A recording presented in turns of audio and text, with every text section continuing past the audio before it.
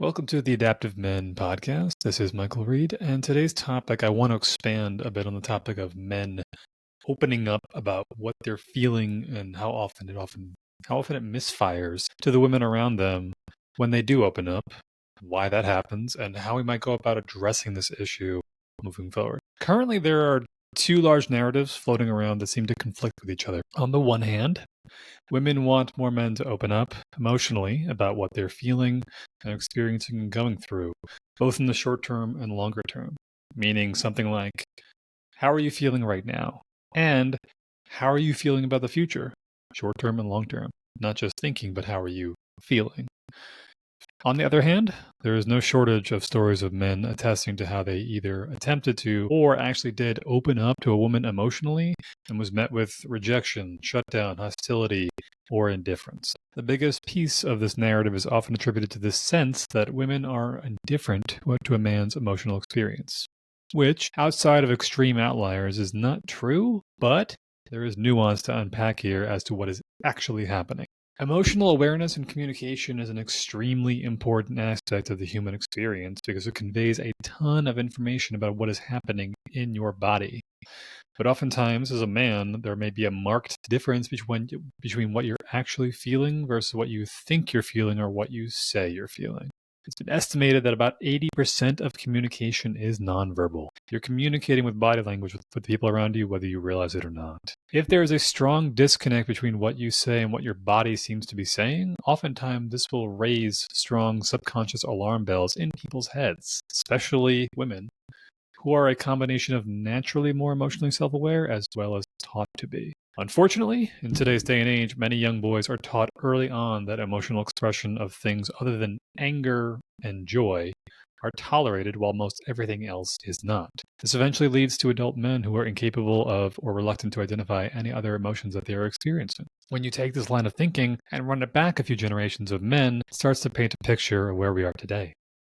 Many men, fathers, grandfathers, husbands, brothers, uncles, cousins, male friends, and coworkers, within recent generations have been taught that emotional expression beyond anger is not safe.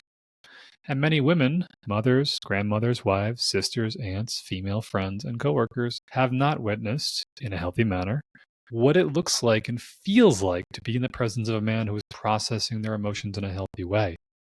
This inevitably leads to two problems. Number one, men, and thus young boys by extension, are taught not to express emotions and thus emotional repression starts to occur. Number two, women, and thus young girls by extension, did not get to witness healthy emotional expression from boys or men in their lives, often leading to direct or indirect emotional suppression. For many women, being in the presence of a man going through and openly digesting an emotional experience is an entirely new experience if they've only ever been in the presence of quote unquote stoic men who are actively or indirectly repressing what they're feeling. And for many women, a man who is not able to connect with and identify what they are feeling emotionally is subconsciously seen as a potential threat. This is not to say that men are inherently threatening if they're having an emotional experience, but it is to say that it triggers a disconnect between body language and spoken words, and when men become emotional, there's always the possibility of physical expression of that emotion. Men tend to demonstrate and express emotions physically, while women tend to express emotions verbally or socially. So in a nutshell, if a woman has never experienced what it looks like to have a man being emotionally expressive in her presence, her default subconscious feeling may be to try and gain distance, either physically or emotionally or socially, from that man, because if it has never been witnessed or experienced before, especially in their childhood, with their brothers, with their fathers, with their uncles, with their grandfathers, anything like that, the default may be to go towards a feeling of potential danger or threat from that man. This is what we see with many relationships blowing up in today's day and age. A disconnect between what she's seeing in him and what he's expressing, or a feeling of disgust or desire to distance when they are expressing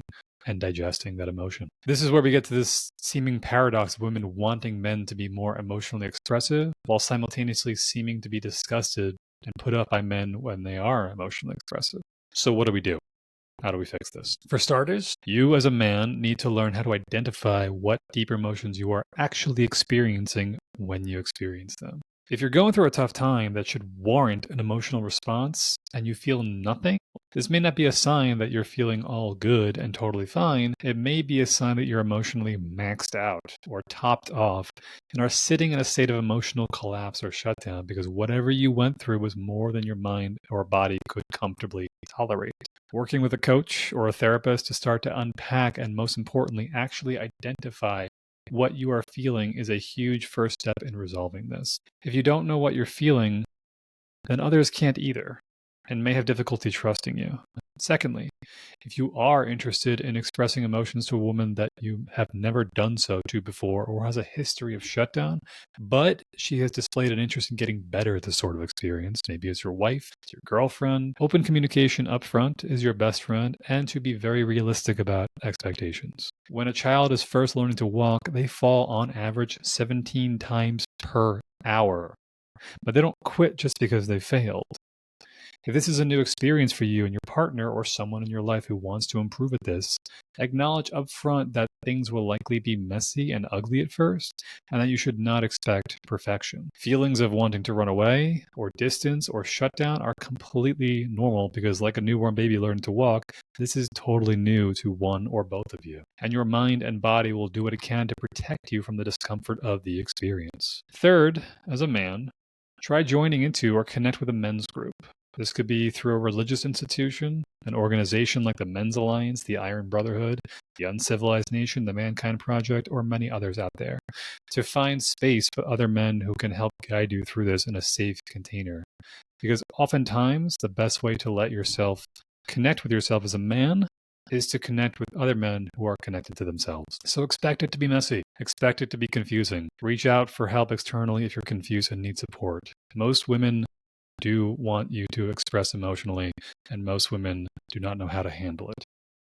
But this is a process you can actually work through together if you're open to and interested in doing so. What are your thoughts on this? Let me know in the comments or by sending me a message directly via email. I'd love to hear your other thoughts and opinions. And if you enjoy the content, do me a favor and like, comment, subscribe, or follow, depending on where you're watching or hearing this from, and send it to a man in your life you think could benefit from its message. Until next time, thank you for joining me.